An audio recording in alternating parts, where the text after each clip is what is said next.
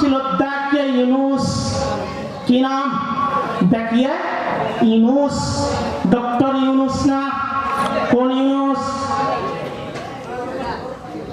এই ইউনুস না, ওই ইউনুস। দাকিয়া ইউনুস ছিল মুশরিক, সে মূর্তি পূজা করত। 8 জন যুবকের কথা কোরআনের ভিতরে পাওয়া যায়। سيقولون ثلاثة رابعهم كلبهم ويقولون 5 سادسهم كلبهم ويقولون 7 وثامنهم قل ربي أعلم بعدتهم ما يعلمهم إلا قليل।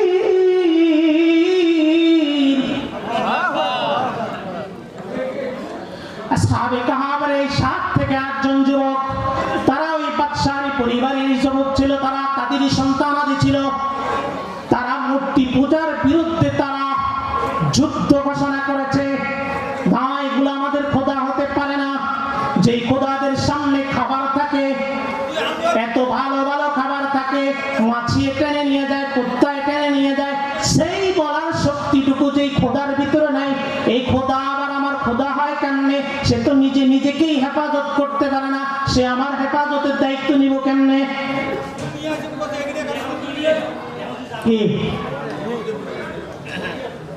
যে খোদার পিছনে বাঁশ লাগায়া তাকে দাঁড় করায় রাখা হয়েছে, যে নিজে নিজেকেই রক্ষা করতে পারে না, এমনকি একটা মাছি তার খাবার নিয়ে যাইতেছে, এতটুক শক্তি তার নাই যে হেই মাছি যা, আছে নাকি? তাহলে এগুলাকে আমি খোদাকে হিসাবে মেনে নেব? এই যুবকগুলা বড় আল্লাহওয়ালা ছিলেন, এই যুবকগুলা বড় আল্লাহওয়ালা ছিলেন। অন্য জায়গার ভিতরে বলেন, ওই দাকিয়া ইউনুসের সময় যেই যুবকগুলা মূর্তি পূজা করে নাই, বাদশা তাদেরকে 3 দিন সময় দিছে। তোমরা যদি রুজু না করো, তোমাদের কথা থেকে তোমরা যদি ফিরে না আসো, তাহলে তোমাদের 3 দিন পরে রাষ্ট্রীয়ভাবে তোমাদেরকে ফাঁসিতে ঝুলানো হবে। ভিন্ন ইতিহাসের যে কথা বললাম, সালাসাতুমিয়াতিন সিনিনা ওয়াজদাদু 9 সালাসামিয়াতিন সিনিনা 309 বছর পরে, 309 বছর পরে এই যুবকগুলা ঘুমাইছিল একটা পাহাড়ে। বলতেছি ইতিহাস, ওই জামানার যে ন্যায়, ওই জামানার যে শাসক ছিলেন তিনি আবার ন্যায়পরায়ণ বাদশা ছিলেন। ওই সময়ের মানুষ কিয়ামত সম্পর্কে দ্বিধাদ্বন্দ্ব ছিল যে কিয়ামত হবে, মানুষ মইরা মাটি হয়ে যায়, মাটির সাথে মিশে যায়, এগুলাকে আবার কোটি কোটি কোটি কোটি বছর পরে এগুলাকে আবার জীবিত করে নাকি আবার বিচারের কাঠগড়ায় দাঁড় করানো হবে, এটা কিভাবে সম্ভব? তাই আল্লাহ তাআলার কুদরতি খেলা বোঝা বড় মুশকিল। এই যুবকগুলা বিদ্রোহী ঘোষণা করলো, কার সাথে? মুশরিক দাকিয়া ইউনুসের সাথে। 3 দিন সময় দিল।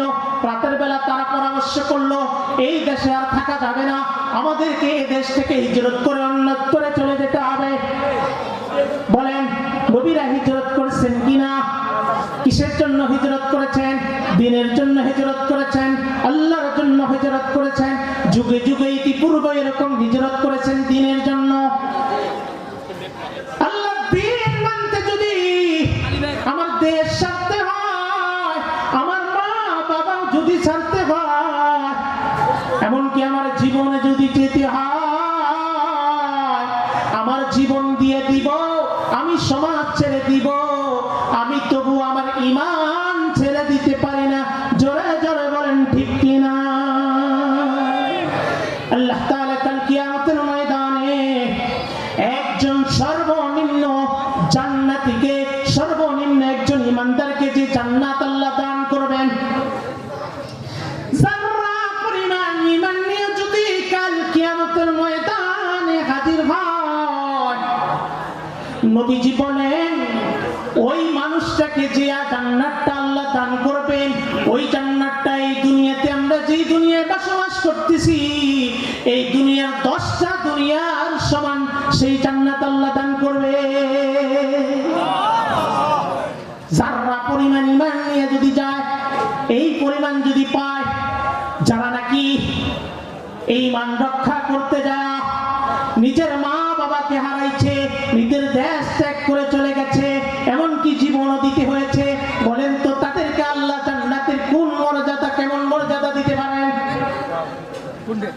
আল্লাহ বলেন কত আগের ইতিহাস, হাজার হাজার বছর আগের ইতিহাস আল্লাহ কোরআনে জায়গা করে দিয়েছেন। সেই যুবকদের ইতিহাসের কথা আল্লাহ কোরআনের আয়াত বানায়া কিয়ামত পর্যন্ত মানুষ যেন তাদের জীবনী থেকে শিক্ষা নিতে পারে, আল্লাহ সেই যুবকদের ইতিহাসকে কোরআনের আয়াত বানায়া কোরআনের ভিতরে জায়গা করে দিয়েছে। আমার বলার যে উদ্দেশ্যটা, এই 7 জন যুবক তারা হিজরত করে অন্যত্রে চলে যাইতেছিলেন। যাওয়ার সময় একটা কুকুর তাদের পিছ নিয়েছিল। এবার বলেন, যদি কোনো বাড়িতে চোরেরা চুরি করার জন্য যায়, এরপরে যদি কুত্তায় যদি ঘেউ ঘেউ করে ডিস্টার্ব করে, বলেন তো চোর খুশি হবে না বেজার হবে? জোরে বলতে হবে, আরো জোরে। কুত্তায় যদি ঘেউ ঘেউ করে খুশি হবে না, বেজার হবে চোর, কারণ ধরা পড়ার সম্ভাবনা আছে। না, আগে চুরি করার কাণ্ডা পরে করা যাবে, কুত্তার আগে থামাইতে হবে, নইলে আমও যাবে সালাও যাবে। চুরিকৃত মাল তো আমরা নিতে পারবো না, বরং উত্তম মাধ্যম এখানে খায়া তারপরে যাইতে হতে পারে, ঠিক না? কুকুরকে আগে থামাইতে হবে। এই যুবকেরা এতবার এই কুকুরটাকে পিটানোর চেষ্টা করতেছে, পিঠ ছাড়েই না। কিন্তু কুকুর তো আর বলতে পারে না, মানুষের ভাষায় তো আর কথা বলতে পারে না। কুকুর আল্লাহকে মনে মনে ডাক দিয়ে বলে, আল্লাহ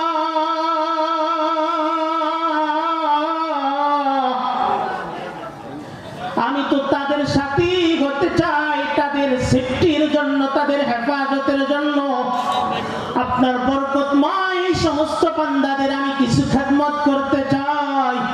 কিন্তু তারা তো আমাকে ভুল বুঝতেছে, তারা তো আমাকে উল্টাটা বুঝতেছে। ও আরশের মালিক, তুমি যদি আমার জবানটা খুলে দিতা গো, আমি তাদের সাথে মানুষের ভাষায় কথা বলে তাদেরকে একটু বুঝাইয়া দিতাম। জোরে জোরে বলেন সুবহানাল্লাহ। কুকুরের জবান আল্লাহ খুইলা দিলেন। কুকুর বলতেছে আল্লাহ, কুকুর যখন আল্লাহ তাআলা তার জবান খুলে দিলেন, যুবকদেরকে বলতেছে, হে যুবকেরা, কোনো ভয় পেও না, কোনো ভয় পেও না, আমি তোমাদের হেফাজতের জন্য আমি তোমাদের সাথী হতে চাই। এক পর্যায়ে ইট পাটকাল মারা শুরু করে দিল। ইতিপূর্বে ইট পাটকালও তারা মারছে, কুকুরের মাথা দিয়ে রক্ত ছুটা শুরু হয়ে গেছে। এই সময় আল্লাহ তার জবান খুলে দিল। তারা যখন এই কুদরতি এক কারবার দেখে গেলেন, তারা হতভম্ব হয়ে গেলেন। এ কি কারবার, কুকুর আবার মানুষের মতো কথা বলে নাকি? বাস এক পর্যায়ে যাইতে যাইতে একটা পাহাড়ের টিলায় চলে গেলেন। সন্ধ্যা হয়ে গেল। ওই পাহাড়ের গর্তের ভিতরে 7 জন যুবক ঢুকে যায়। ওই পাহাড়ের গর্তের ভিতরে ঢুকে যাওয়ার পর ওই কুকুরটাও ওই পাহাড়ের যে গর্তের যে মুখটা আছে, পিছনটা ঢুকিয়ে দেয়, মুখটা বাইরের দিকে দেয়।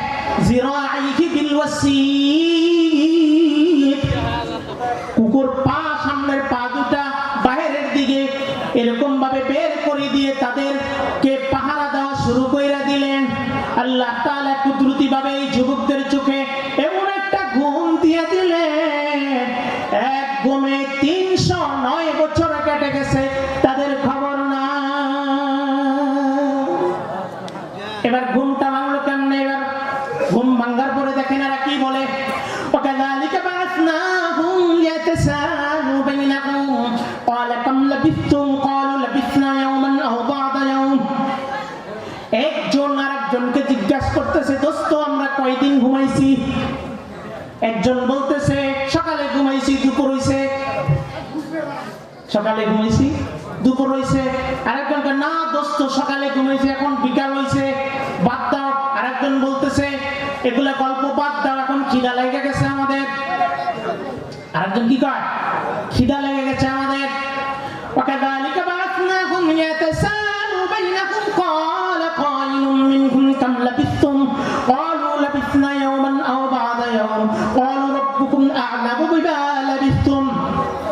আল্লাহ তাআলা পরের আয়াতে বলতেছেন, একজন বলে বাদ দাও এগুলো গল্প, যতক্ষণ ঘুমাইছি এগুলো বাদ দাও, এখন খিদা লেগে গেছে, একজন বাজারে যাও। ফিল মাদিনাতি, একজন বাজারে যাও, বাজার থেকে হালাল খাদ্য, হালাল জানোয়ারের হালাল মানে গোশত, পবিত্র খাবার নিয়ে এসো। কারণ ওরা তো এখনো ওই যে ডাকিয়া ইউনুসের সেই শাসন জামানা তারা এখনো ধরে আছে, কিন্তু এদিকে যে 300 বছর কেটে গেছে, খবর তো নেই। মুদ্রা যেগুলো আছে এই সেই বাচ্চার জামানা পয়সাগুলা, সেগুলা দিয়ে পাঠাইছে বাজারে। যাওয়ার পরে যখন হোটেলে ঢুকার পরে দেখতেছে তার মাথার চুল পায়ে পড়ে গেছে, হাতের নখ একদম 3 হাত করে হয়ে গেছে। মানে উনি তো দেখতেছে যে ওই বাচ্চার জামানার যে পরিবেশ শহরের ছিল এটা এখন নাই, সব পরিবর্তন হয়ে গেছে।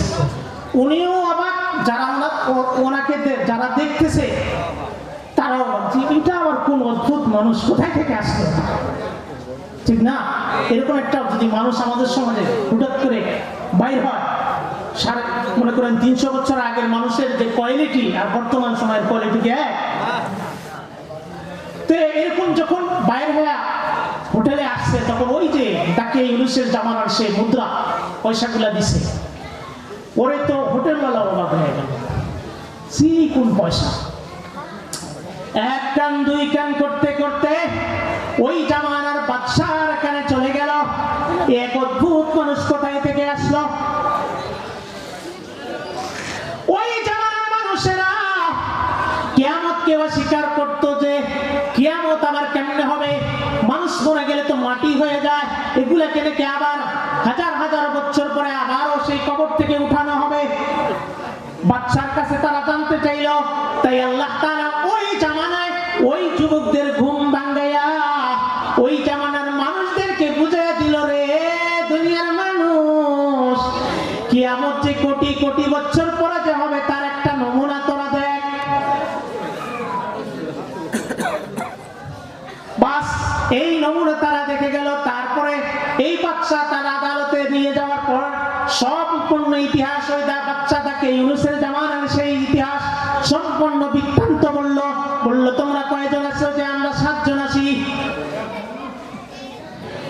এরপরে সেই যুবক খাবার দাবার নিয়ে ওখানে আবার তাদের সঙ্গী সাথীদের কাছে যায়, এরপরে ওখানে তারা ঘুমিয়ে যায়। এরপরে বাকি ইতিহাসটা, এটার ভিতরে কিছু মত পার্থক্য আছে। ওই যুবক ওখানে যায়, যাওয়ার পরে আবার ঘুমিয়ে যায়, ওই ঘুমের ভিতরে তারা একদম তাদের মৃত্যু হয়ে যায়। আবার বলার উদ্দেশ্য হলো ওই যে কুত্তাটা, সেই কুকুরের ইতিহাস আল্লাহ কোরআনের ভিতরে বলছেন, সৎসঙ্গে সর্ববাস, অসৎসঙ্গে সর্বনাশ। নিকৃষ্ট একটা কুকুর আসহাবে কাহাফের এই সমস্ত যুবকদের সাথে সঙ্গ দেওয়ার কারণে আল্লাহ তাআলা এই কুকুরটাকেও কাল কিয়ামতের ময়দানে তাদের সাথে আল্লাহ তাকে জান্নাত দিয়ে দিবেন। কিন্তু নবীর ঘরে নূহ আলাইহিস সালামের ঘরে কেনানের জন্য অসত্য, সে চির জাহান্নামী হবে। পয়গম্বর ইব্রাহিম আলাইহিস সালাম চেনেন তো?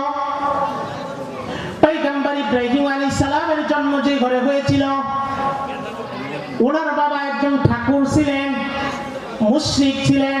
যা পয়গম্বর নূহ আলাইহিস সালামের কথা বলতেছিলাম, নতুন পৃথিবী শুরু হয়ে গেল তার 3 সন্তানের মাধ্যমে। কথা মনে আছে নাকি?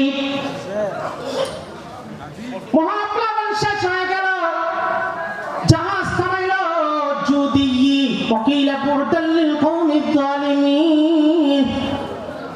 পয়গম্বর নূহ আলাইহিস সালামের জাহাজ জুদি পাহাড়ের ওখানে ল্যান্ড করলেন। নামার পরে আবার পৃথিবীতে নতুন ইতিহাস শুরু হয়ে গেল। এভাবে চলতে চলতে চলতে চলতে 100 বছর কেটে যায়। ইতিহাসের মধ্যে লেখে 1000 বছর কেটে যায়। কোনো বর্ণনা নাই। হযরত নূহ আলাইহিস সালাম থেকে নিয়ে পয়গম্বর ইব্রাহিম আলাইহিস সালামের জামানা পর্যন্ত 1000 সময়। এর মধ্যে আবার নতুন করে আবার মূর্তি পূজায় শিরকে কুফরি দিয়ে ভরপুর হয়ে গেল। আল্লাহ তাআলা পয়গম্বর ইব্রাহিম আলাইহিস সালামকে নমরুদের দেশে পাঠাইয়া দিলেন। কোন দেশে? পয়গম্বর ইব্রাহিম আলাইহিস সালাম যে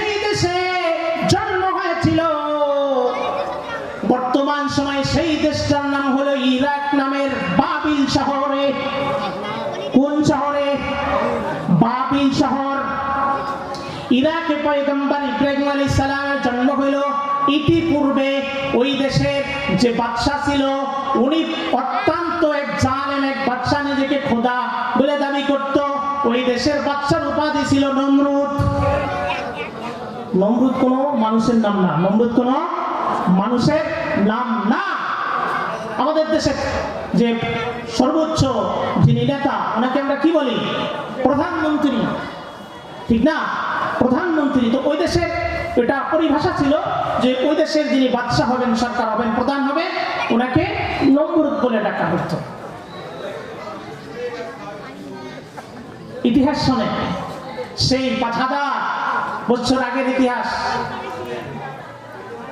ওই দেশের বাচ্চাদের উপাধি কি ছিল? নমরুদ। আর যেই জালেম নিজেকে খোদা বলে দাবি করত, পয়গম্বর ইব্রাহিম আলাইহিস সালামকে এত কষ্ট দিয়েছেন, নির্যাতন করেছেন, ওই নমরুদের নাম ছিল মুরাদ। কি নাম ছিল? ওর আসল নাম হলো মুরাদ, ওলিদ ইবনে মুরাদ।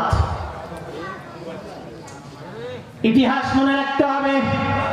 পয়গম্বর ইব্রাহিম আলাইহিস সালামের জামানার যে নমরুদ ছিল, সে রাতের বেলা স্বপ্ন দেখলো এই দেশের ভিতরে একজন যুবকের জন্ম হবে। সেই যুবকটা বড় হওয়ার পরে একমাত্র তার রাজত্ব ধ্বংসের কারণ হয়ে যাবে। পৃথিবীর পূর্ব দিক থেকে একটা বড় একটা আগুন আসতেছে, তার দিকে দে দে দে দে। এর আগুনটা সারা পৃথিবী পুরে ছারখার করে, তার মুস্তাদ সহ ছারখার করে দিল। এই স্বপ্নটা সে রাতের বেলা দেখলো। ওই মিশরের, ওই ইরাকের সেই দেশে এই স্বপ্ন দেখার পর ওই দেশের যত জ্যোতিষী ছিল, যত জাদুকর ছিল, সবাইকে ডাক দিল, তোমরা যদি আমার স্বপ্নের ব্যাখ্যাটা যদি না দিতে পারো গো, আমি মনে হয় মরে যাব। আমি মনে হয় মরে যাব। আমি এত প্রেশানি, কি দেখলাম, হায় কি দেখলাম, এই কি দেখলাম করতে করতে তার মনের মধ্যে এক অশান্তি শুরু হয়ে গেছে, ধাঁধা শুরু হয়ে গেছে। তাই জ্যোতিষীরা এসে ব্যাখ্যা দিল, এই দেশের ভিতরে একটা ছেলের জন্ম হবে, যেই ছেলেটা বড় হওয়ার পরে একমাত্র আপনার মুসনাদ ধ্বংসের একমাত্র কারণ হবে। জোরে জোরে বলেন সুবহানাল্লাহ।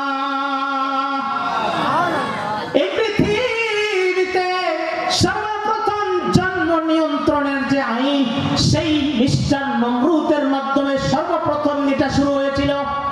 ইতিহাস শুনে যান। জন্ম নিয়ন্ত্রণ দুইটি হলে ভালো হয়, একটি হলে কেমন যেন কয়,